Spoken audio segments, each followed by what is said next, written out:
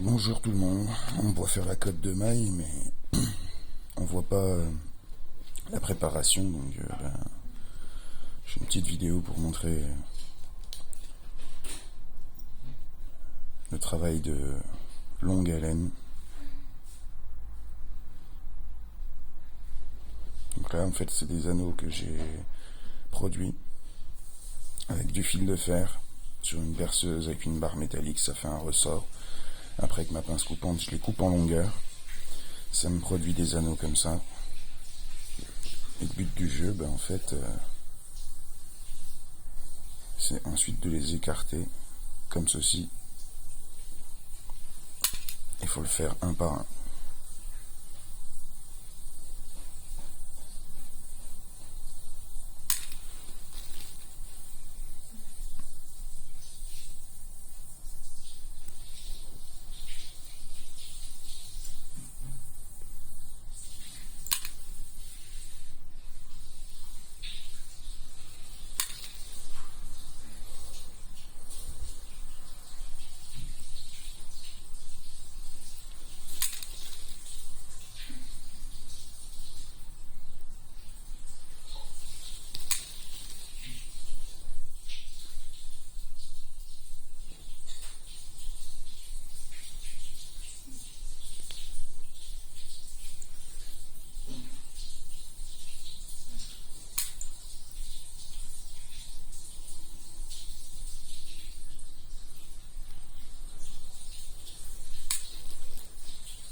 En plus de ça, faut pas trop les ouvrir sinon ça déforme l'anneau.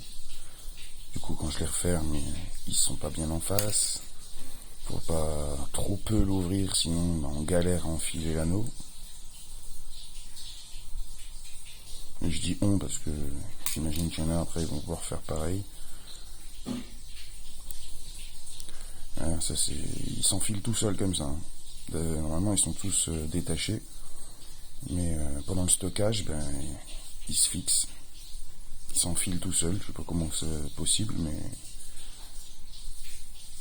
c'est extrêmement chiant.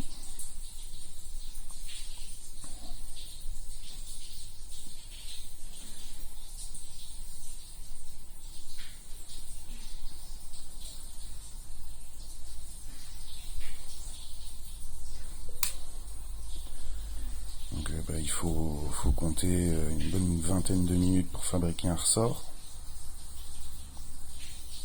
Faut qu'il soit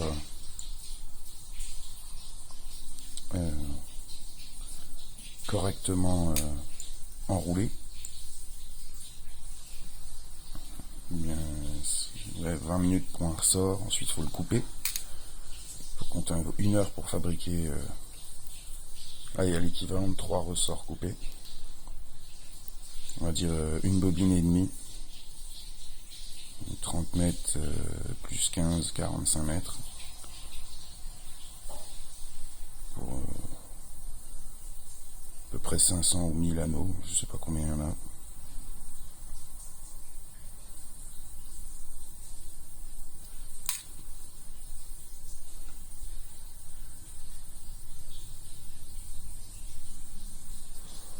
Voilà. Je vais pas tous les faire devant vous, parce que pas grand chose à regarder.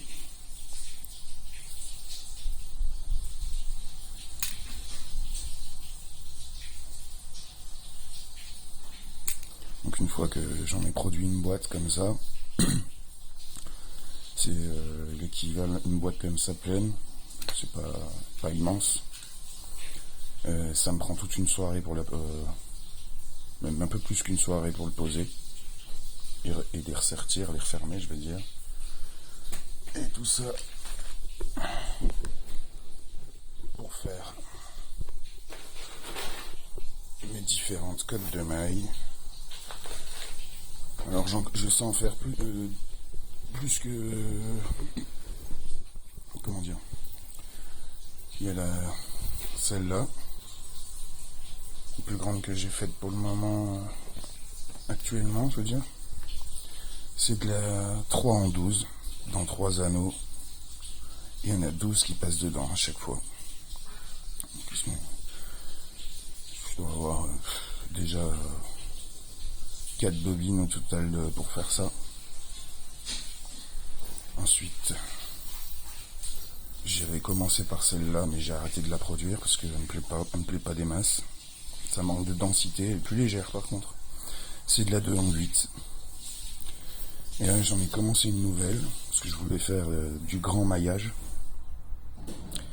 Et en jouant avec, en la manipulant, je me suis rendu compte que c'était un départ de gant. Donc par la suite je me ferai même un gant, un bras, qui se fixera au capuchon, je sais pas comment l'appeler, la capuche maille. Après il faut partir comme ça pour les doigts. Et après sur la main, qui ira jusqu'au coude, je pense, ou peut-être tout le bras. Et ne sera pas fini avant l'année prochaine, ça je vous le garantis, vu le temps que ça prend. Voilà. Bon là je vais pas faire un gant sur celui-là, je vais faire une vitrine, c'est-à-dire une cotte de maille comme ça qui sert à rien, que je vais pas finir, juste pour pouvoir présenter la chose, les différentes façons de faire. Et ma préférée, c'est la 12, la 3 en 12. Elle est extrêmement dense.